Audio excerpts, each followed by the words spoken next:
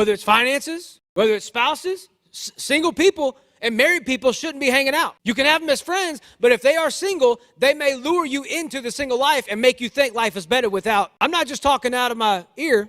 I picked the ear. I lived that. That was one of my first problems in my first marriage was I hung around with all single guys all the time at work. And it made it to where I began to think like a single man when I was not. So if you got yourself around people that aren't trying to press on and move towards God and go in that same direction, guess what? You ain't going to make it. It is a setup. It is a trap. So we have to receive the forgiveness and speak life over ourselves to refuse the enemy. We have this thing around here called the Challenge of 15 plus 2.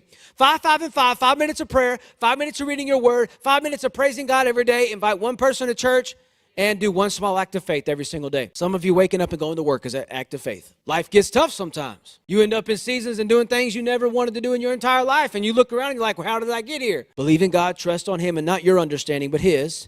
And he will always come through. Sometimes you're in the valley because you ain't figured out how to climb yet. Come on, speak life over yourself. I had to tell myself, I am not defined by what I did. That's not going to control me. It will not be the Lord of my life. And what I switched was from defeat and comparison and all these other things that made me become bitter because I didn't have what everybody else had, or I wasn't where I should have been, and I would beat myself up. Instead, I began to speak life over myself.